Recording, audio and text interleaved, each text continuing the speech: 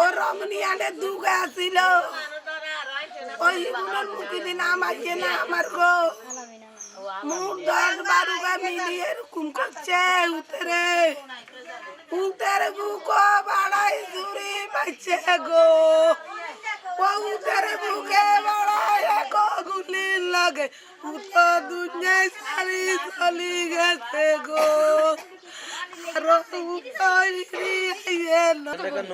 এখানে ticket খেলালো kilo Fulani লোক বেচা লইছে আমার ছেলে আসছিল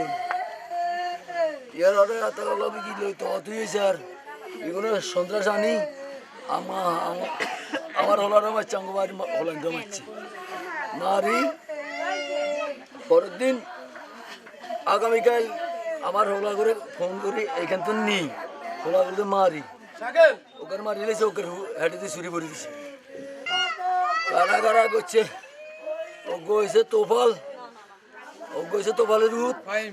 ফাইম আর গেছে রহিমের করিমের রুদ ও গেছে রাজার ভাই হারবিলের রুদ হাবিবা ও গেছে খালেকের রুদ ওগা ও গেছে খালেকের রুদ আর দুগা আছে আটকলা ভাই ওর নাম হয়েছে হাবিব ওর নাম জানি কে জানি হারিয়েছি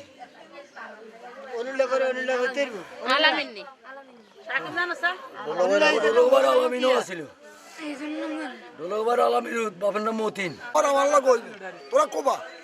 এই শুরু করছে ভাই কোবা নেই আমার ছেলের তো এই জায়গার মাঝে 3 গাছ দিয়েছে তারপর আমরা লয়ে গেছি প্রথমে 10 ফিট থেকে মাঝে সদর নিয়ে গেছি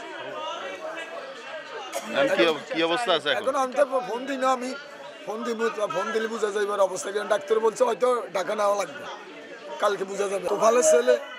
আবার তোফালেও কইছে যে গাইয়া যাও আমার লাগ হইব মানে আমার ছেলের আর ওই যে গাইছে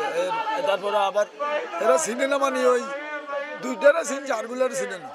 এখানে ছেলেরা সবাই মিলি রাজার বাড়ির আপনার খালপাড় পিয়নের বাড়ির এই করিমের ছেলের লগে একসাথে এরা সবাই মিলি খেলা ধরছে ওই খেলা নিয়ে এগুলো কথাবার্তা নিয়ে বাড়াবাড়ি হয়েছিল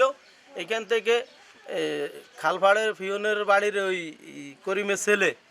এ ফোলা ফাইন্যান্স ছিল আনি আমাদের বাড়ির ছেলেগুলো মারধর করছে করার পরে আমরা সবাই মিলি একত হয়ে এগোরে দৌড়ানি দিছি এরা চলে গেছে চলে যাওয়ার পরে এগো হিট রয়ে গেছে এরা কালকে আমাদের এই 2 বাতিজারে ডাকি নিছে ওইখানে ডাকি নিয়ে এগোরে মারছে মারার পরে সিরাজ ভাই ছেলের এই আরিফরে চাকু মারি দিছে চাকু মারার মাধ্যমে হের ফুসফুসির মধ্যে লাগি হে মারা গেছে তারপরে হারুন ভাই ছেলেরে হের গাঁই দিছে হেও মৃত্যুসজ্জা এখন মেডিকেলে আছে অবস্থা খুব ভয়ানক ভালো না এখন এই আসামিগুলার আমরা ফাঁসি চাই আপনারা আমাদের লগে পাড়াপড়শির লোক আছে সবাই আছে বাড়ির আছে এলাকাবাসী সবাই আছি সবাই মিলে আমরা একমতে আমরা এটার ফাঁসি চাই তোফাইলের ছেলে ফাহিম ছিল ওই ফাহিম তারপরে তোফাইল হইল হুকুমের লোক হে বলতেছে তোরা মারি ফেলা যা হইবে এটা আমি বুঝবো তারপরে ওই আর 2টা ছিল আপনার ইয়ার বাড়ির আটখোলা বাড়ির নাহিদা ছিল এইখান থেকে 2টা ছেলে আছে তারপরে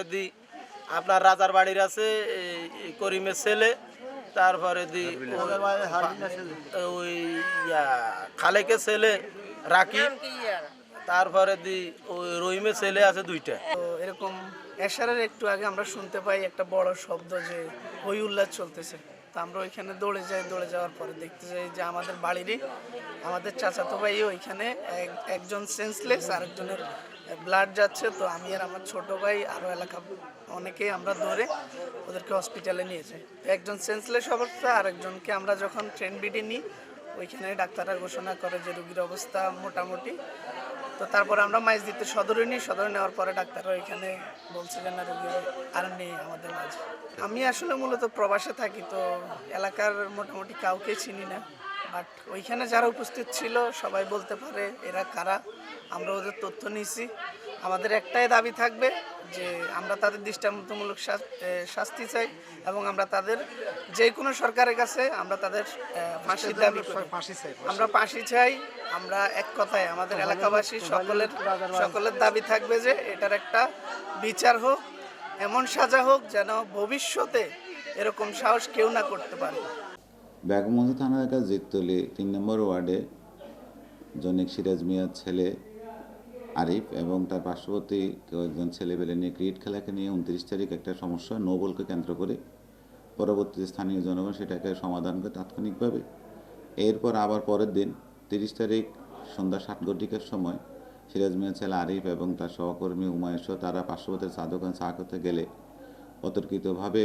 আসামিরা 6-7 জন এসে তাদেরকে ছুরিকাঘাত করে এখানে 2 জন মারাত্মক ইনজুর্ড হয়। আরিফ এবং উমায়েরকে হাসপাতালে নিয়ে গেলে ডাক্তার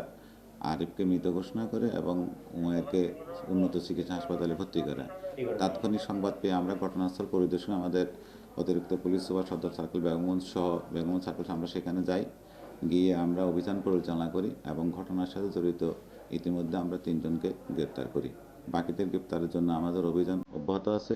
এবং আইনশৃঙ্খলা পরিস্থিতি বর্তমান স্বাভাবিক। এই ঘটনা মামলা রুজু প্রক্রিয়াধীন আছে।